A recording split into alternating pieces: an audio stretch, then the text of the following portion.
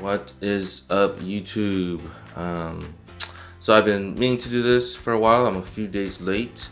So this is my 1 month review of using M1 Finance.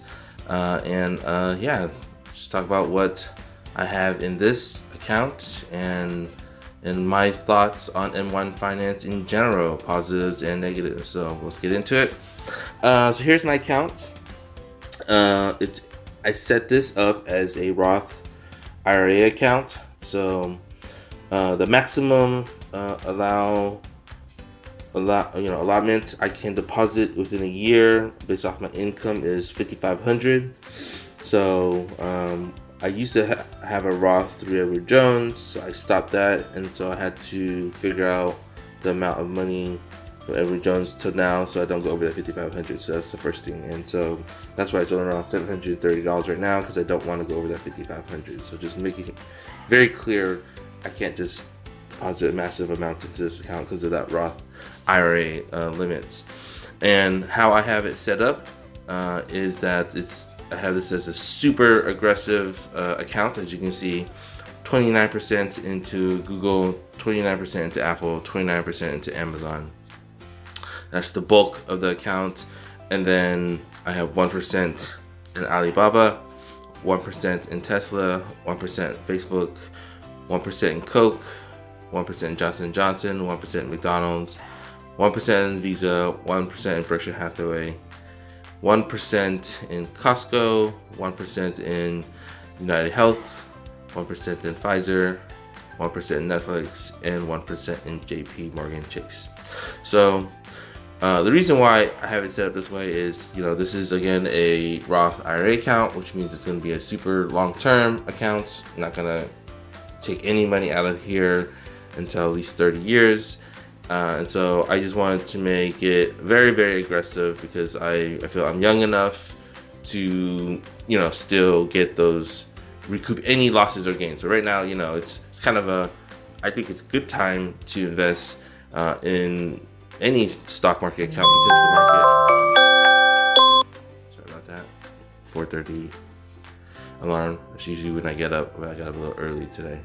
Anyways, as I was saying, that this is a super long account, can't take any money out because it is a retirement account. So I want to be very, very aggressive, and I think the market right now is a very good time to invest because it has been such a downturn. It's been going down so often that even after 1 month, you can see here I'm down 9%, which is about $54.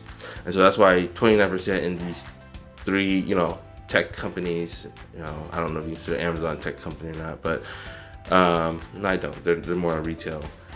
Anyways, because I believe these three companies will be around 30 years, and if not, again, this is an account, so I can always change it out. So I know for sure they'll be around the next 5 years.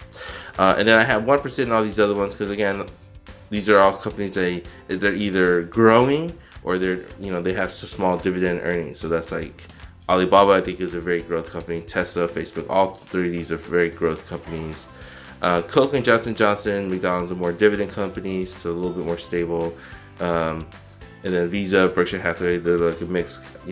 All of these 1% stocks here are just companies I like, and I think, again, will be around for at least next 5 years, if not longer. Because I don't plan to mess with this account much unless, something dramatic happens and I need to change out one of these back and forth. So this is pretty much left untouched since I opened it. I was very purposeful in how I set this up. And one of the things I really liked about M1 Finance, which I didn't like with Edward Jones, because with Edward Jones, you tell them if you want it conservative, moderate, or aggressive, but otherwise they're the ones picking whatever equities or whatever mutual funds or whatever ETFs for you, and you don't really have a say into it. You just tell them, I want conservative, moderate, aggressive. Obviously I always did aggressive, but I couldn't really pick what I wanted to pick. And I have no knock on Edward Jones either, because my account there, I think year to date or year to open, is still up like 13%. So which they did a really good job.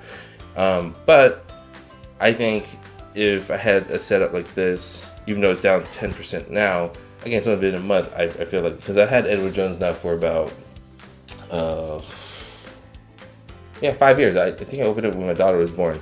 So I think if I had M1 Finance for 5 years, you look over these, Google, Apple, and Amazon over the last 5 years, you've seen tremendous growth, way above 13%. So that's one of the positives I like about M1 Finance, just being I can even be more aggressive than like traditional, Edward Jones companies like Edward Jones or Charles Schwab or whatever one that you use for retirement.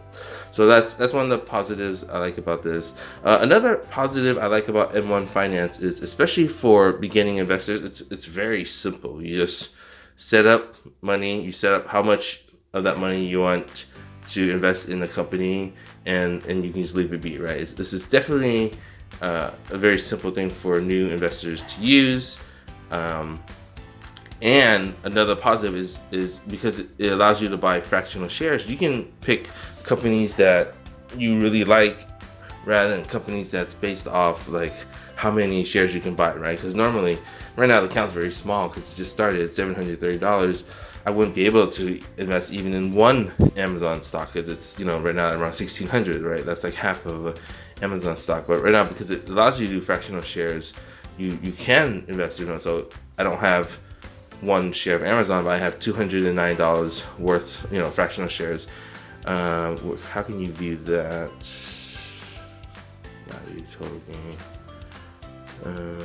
I know you can view it somehow. Let me show.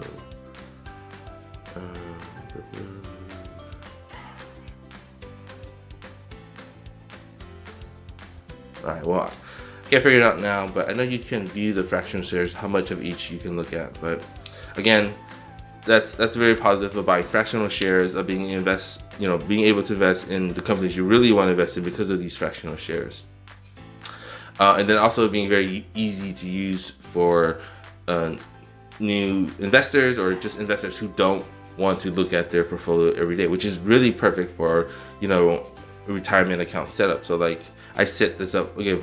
My wife also had Edward Jones. I set this up for her also.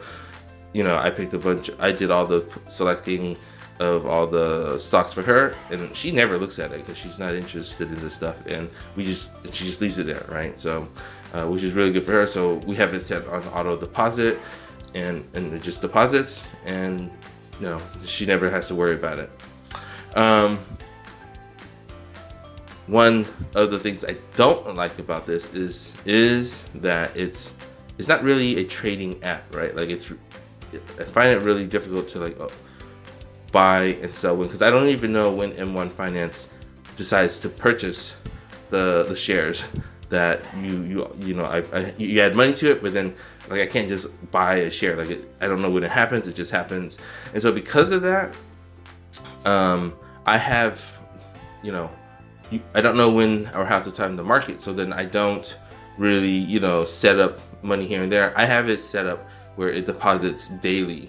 I think it's like $21.92, right? It's deposit daily because there's 251 trading days in a year, and then 251 times 21.92 is 5,500. So I have it set up so that I will deposit the max 5,500 a year, but at the same time, because I don't know when it's buying the shares, so I don't know when it's buying up or when it's buying down, I just decided because of that, I'm just gonna deposit daily, and therefore I don't really time the market when it's up or down, and I just invest believing in the long term of the market going up. So I don't know if that makes sense, but that's what I've set up to do.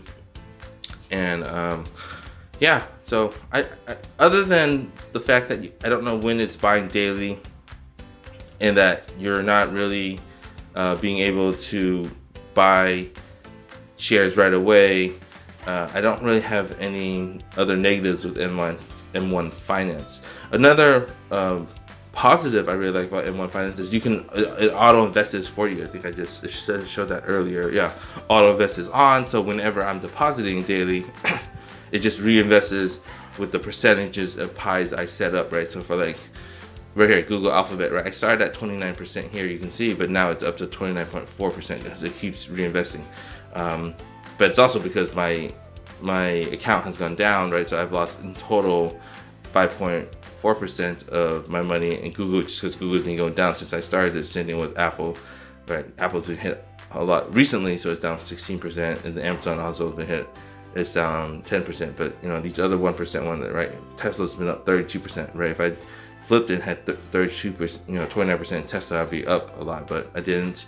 I thought about doing it, but at the time when I set this up, there was just a lot of, Elon Musk and all that crazy stuff going on that it didn't pull the trigger. I wish I did, should have, and then maybe we'll change in the future and switch out Apple and Tesla, because that's exactly what I was thinking between, should I have Tesla be at 29 or Apple be at 29? I was like, oh, Apple's got a buttload of cash, and you got all those Apple fanatics that it's going to be around, so that's why I left Apple the way it is. And I still actually have faith in Apple doing well, and even though a lot of people are selling out right now. So, okay, back to M1 Finance. Yeah, that's it. It's very simple, and then you can change it by day, time period here, right? So the market hasn't opened yet, so there's no 1 day, but you can do 1 week,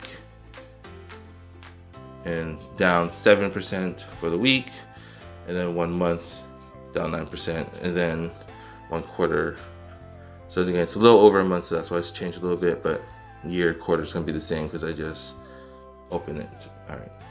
All right, so that's my review M1 Finance. I am a go, especially for people who just want to invest, and for new beginners, and who just want to, especially with the Roth IRA ability, which Robinhood doesn't have, right? Robinhood's just set up as a regular, brokerage account. It's not about retirement, so you don't get those tax benefits.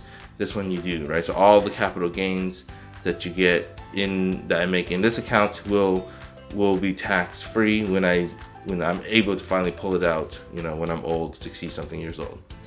All right, so thumbs up for me, but thumbs down on you can't really time the market. This is definitely not a trading app, so there's no options on here. There's none of that stuff. So that if you want to do swing trades, day trades, options trading, you still have to use Robinhood or other accounts like them. So and maybe some people have both, right? You have one for just investing, one. So I do have both, right? I set this up as a Roth and just leave it there, and then I have obviously my Robinhood, which is where I do more active day swing and options trading.